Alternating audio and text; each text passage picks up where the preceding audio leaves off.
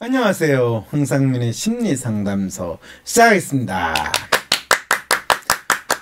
황상민의 심리상담소는 매주 일요일 7시에서 9시까지 생방송으로 진행됩니다.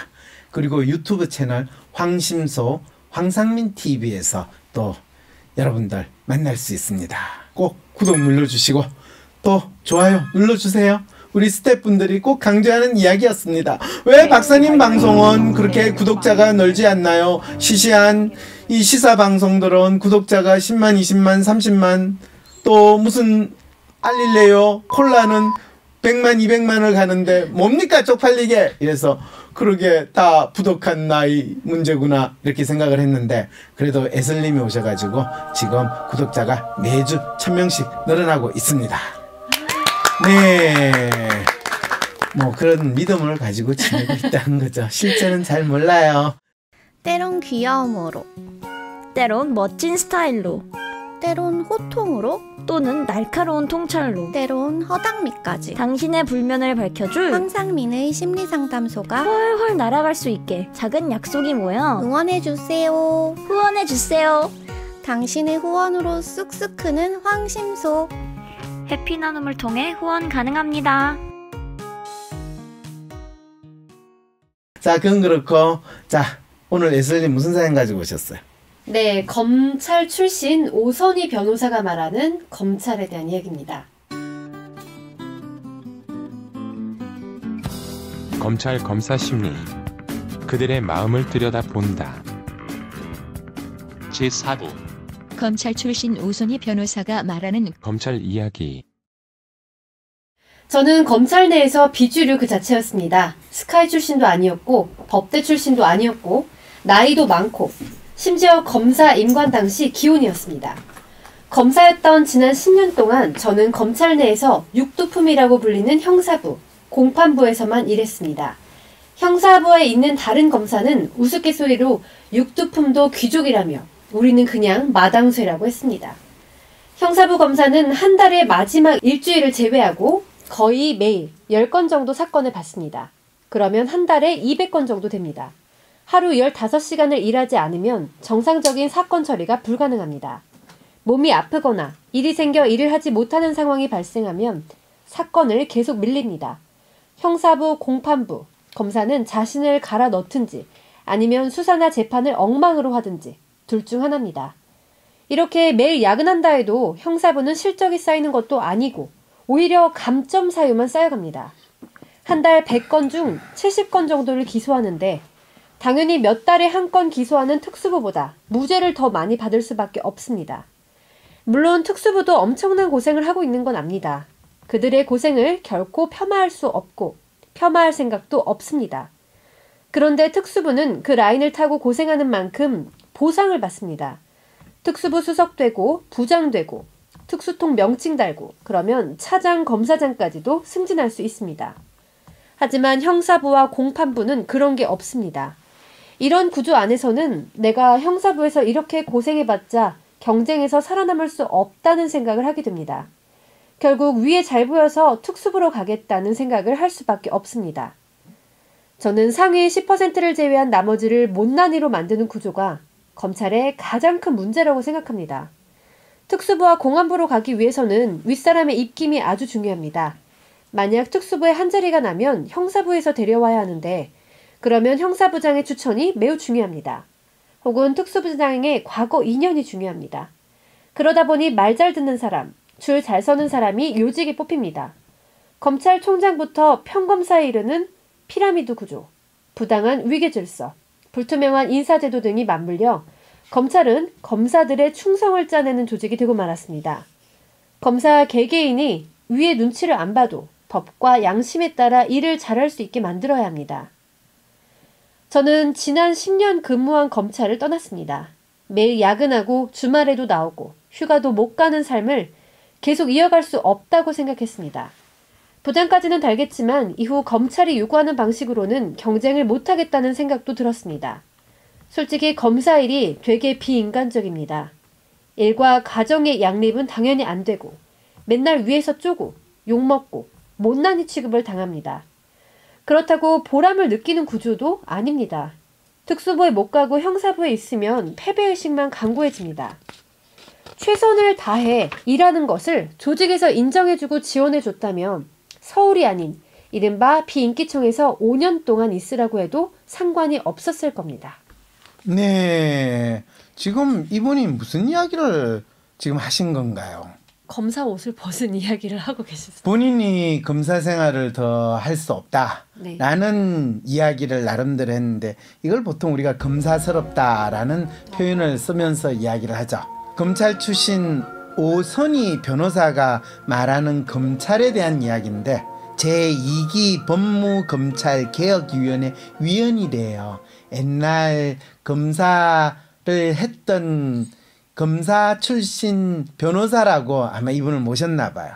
그런데 이거는 뭘 이야기하고 있어요? 현재 문재인 정권에서 검찰개혁이라고 이야기하면서 검찰을 변화시키겠다 하는 것이 얼마나 과거에 검찰 조직에서 물먹었던 사람, 별로 인정받지 못했던 사람을 불러와가지고 자, 너 그동안 억울하고 당한 거 있지? 지금 이제 검찰 개혁 한번 시켜봐. 이러면서 이루어지는 일이 검찰 개혁이라는 거를 한편으로 보여주고 있다는 거를 또 이분 본인의 검찰에 대한 인식에서 그대로 알려주고 있다는 거죠. 사실은 검찰로서의 사명감과 신념 이런 이야기 많이 하는데 그게 뭘까요? 권력의 충실한 하수인으로서 멍멍이로 살겠다는 것 말고 이들에게 무엇이 남아있을까요? 기껏 한다는 소리가 우리 형사부노 출신 검사는 마당새고요. 이 검찰은 특수부, 그 다음에 뭐라고요? 공안부, 그쪽은 출세를 향해 나아가는 알보직이에요. 그래서 저같이 형사부는요 매일 20건씩 한 달이면 200건, 그건 10년 전에 이분이 검사할 때 이야기고요. 지금은요 한 달에 300건을 한대요. 그 사건을 처리해야 되고요. 또 처리한 사건이 무죄가 되면요 그걸로서요 심할서 쓰고요. 감점, 이게 뭐 초등학교 뭐 벌점으로 가 교육시키는 거냐? 예, 대한민국 검사 조직을 운영하는 건 벌점주의예요. 잘한다는 건 없고 벌점 많이 받으면 성진과 출세에 지장이 있고 너는 항상 형사부에서 땅개처럼 굴러라 라고 하는 그 조직이 바로 이 검사 조직, 검찰 조직이라고 해요. 그럼 우리가 늘 뉴스에서 보는 윤석열, 우병우 뭐 이렇게 이야기하거나 또 노는 그 사람들은 대체 뉴스에서 노는 검사들이 거의 대부분은 특수부, 또 공안부, 황교안 다 고 출신이거든요. 그래서 그들은 검사에서 꽂힌 귀족 계급이고, 귀족은 성골, 진골 있잖아요. 그리고 그 밑에 이제 그래도 끼워줄게 하는 게 육두품 이렇게 되는 거죠. 그래서 이 검사 출신 오선희 변호사는 본인은 육두품이다. 뭐 육두품이라는 건 말할 것도 없이 일단은 스카이대 출신 아니고, 그 다음에 법대 출신 아니고, 그 다음에 뭐 어쩌고저쩌고, 이분이 참 촌스럽게도 그게 얼마나 기수 따지고 있는지 아세요? 제가 언제 한번 검찰총장하고 같이 밥 먹는 자리에서 있었는데 너무나 놀랍게도 검찰총장을 딱 기점으로 해가지고 옆에서 앉는 순서가 양쪽으로 1번, 2번, 3번, 4번 쫙 있어가지고 거기서 한 50명이 앉으면 50명까지 이 소위 말해서 기수별 순위가 쫙 정해져 있는 조직이 바로 검사 조직이에요. 그래서 엄청난 위계 질서에 있고 저 밑에 있는 애는 입 하나 뻥끗 못하는 그렇게 그 조직이 움직여요. 그래서 상명하복 이렇게 이야기하는 거죠. 말 잘 듣는 사람들만 TV로 보는 거였군요. 네, 그렇습니다. 자, 이런 검찰 조직에서 이거를 개혁을 부르짖고 있어요. 문재인 정권에서. 그리고 이것을 시대의 소명이라고 이야기해요. 그런데 무엇을 위한 검찰 조직인지는 이야기하지 않는 채 수사권, 기소권, 뭐 분리, 독립, 그러면서 권력에 연연하지 않는 검찰 조직.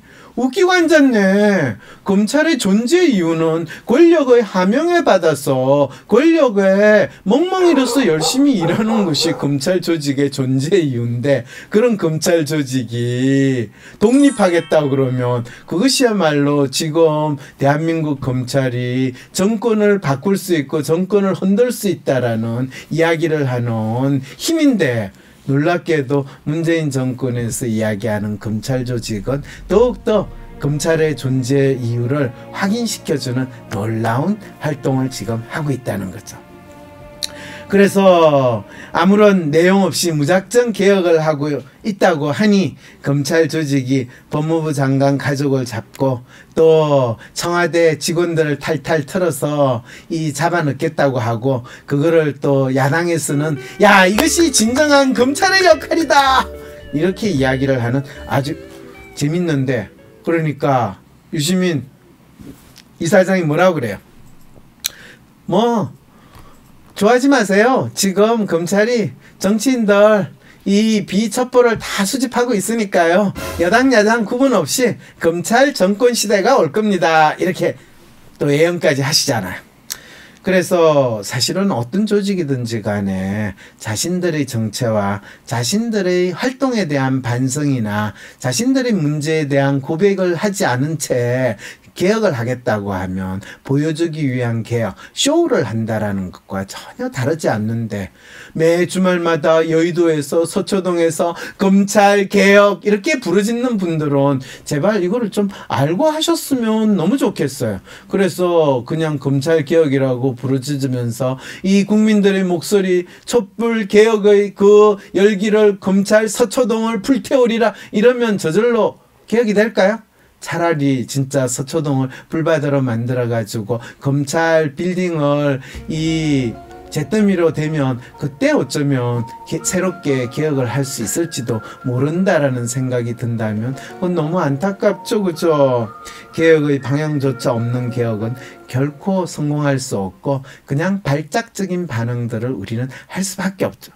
이 정도 이야기하면 개혁은 내부에서 스스로 해야 하지 않나요? 이렇게 외부에서 하는 건 진정한 개혁이라고 할 수 없을 것 같은데요. 맞아요. 진정한 개혁이 아니면 결국엔 타율에 의한 개혁, 외부의 힘에 의한 개혁밖에 할 수 없을 때 그 조직은 두들겨 맞는 것밖에 할 일이 없다, 이렇게 되는 거죠.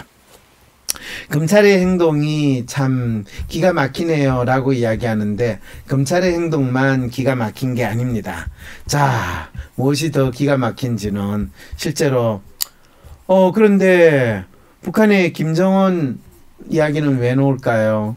그리고 지금이 발작이란 말인가요? 네, 지금이 누가 발작을 하느냐? 검찰 조직도 발작적인 행동을 하고요.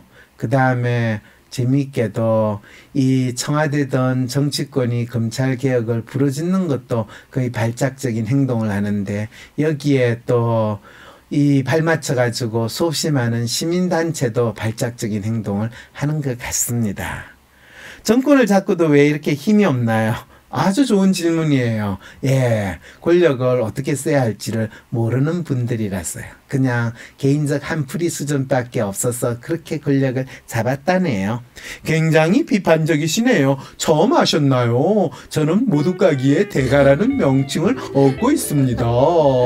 네, 비판은 누구나 할 수 있어요. 맞아요. 그래서 지금 제가 하고 있는 건 비판이 아니라 사실에 대해서 여러분들에게 알려드리는 겁니다. 그럼 무슨 사실이냐? 네, 검찰의 개혁에서 가장 중요한 거는 개혁의 방향과 내용에 대해서 검찰 내부에서도 논란과 불만의 목소리가 상당히 높아요. 그러면 검찰을 진짜 개혁할 사람 누군가? 검찰에는요, 가장 우리는 검사라고 해서 검사 동일체 운운하는데 그렇지 않아요.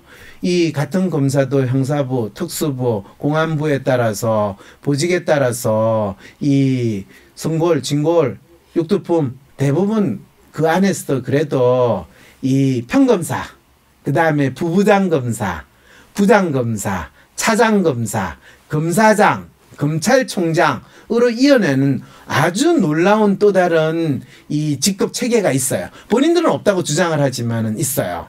그래서 지금은 본인이 평검사를 시작해가지고 보통 15년에서 20년쯤 되면 부장검사를 달게 되면 부장검사가 뭐 보통 법원에서 부장판사 정도 이야기하는, 근데 법원에서 부장판사면 거의 차관급 취급을 해줘가지고 검찰에서 검사장 내지는 차장검사 수준으로 인정을 해주는데, 이 법원하고 검찰하고는 이 격이 하나 떨어져 가지고 이 부장검사 수준 하면 부장판사하고 딱 이 위치는 아니에요. 조금 부장검사는 조금 떨어지고, 어쨌든 간에 뭐 부장검사쯤 되면 이제 검찰 조직에서 중견 간부 이상으로 취급을 받는데, 그래서 윤석열 검찰총장이 이 검찰 개혁에 대한 내용을 가지고 검찰 내부에서 논의를 한다라고 하면서 가장 먼저 누구의 반응을 들었느냐 하면 바로 부장검사들이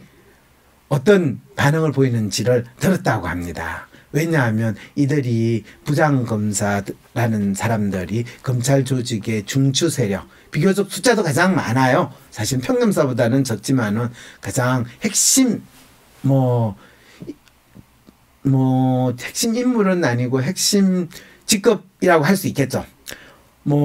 보통 기업에서 부장, 팀장 이렇게 생각을 하면 검찰 조직도 비슷하게 부장검사는 그 정도라고 생각하는데, 근데 부장검사들이 그럼 현재 본인 조직에서 어떤 리더십을 발휘하고 있는지 이거 여러분들 궁금하지 않으세요? 검찰 조직에서 부장검사들은 자신들이 어떤 리더십을 발휘하고 어떻게 생활하고 있는가, 이거를 제가 심리 분석을 했다는 거 아닙니까?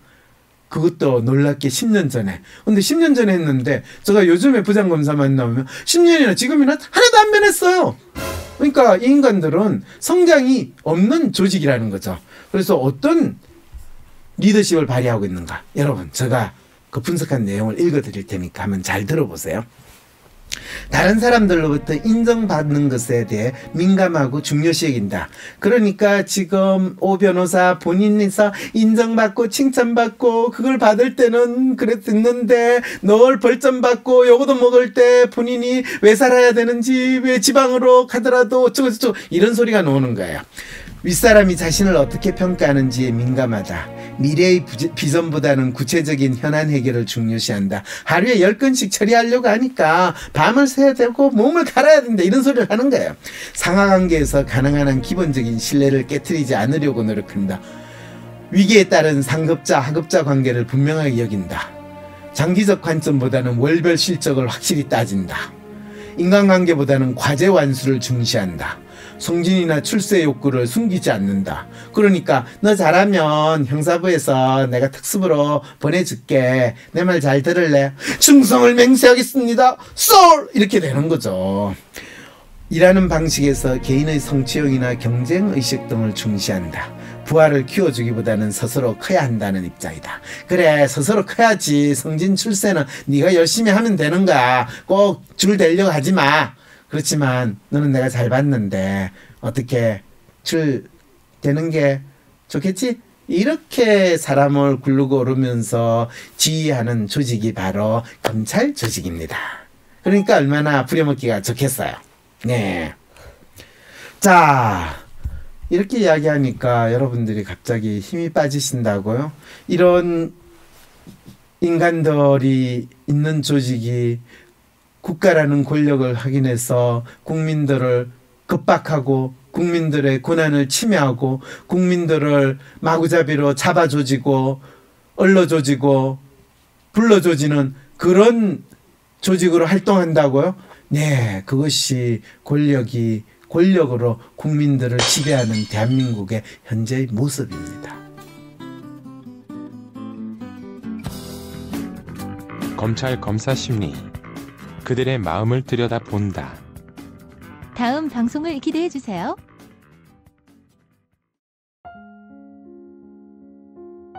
위즈덤 센터가 삶을 고민하는 많은 분들에게 사회적 기업 활동으로 무료 상담을 받을 수 있는 프로그램을 만들었습니다.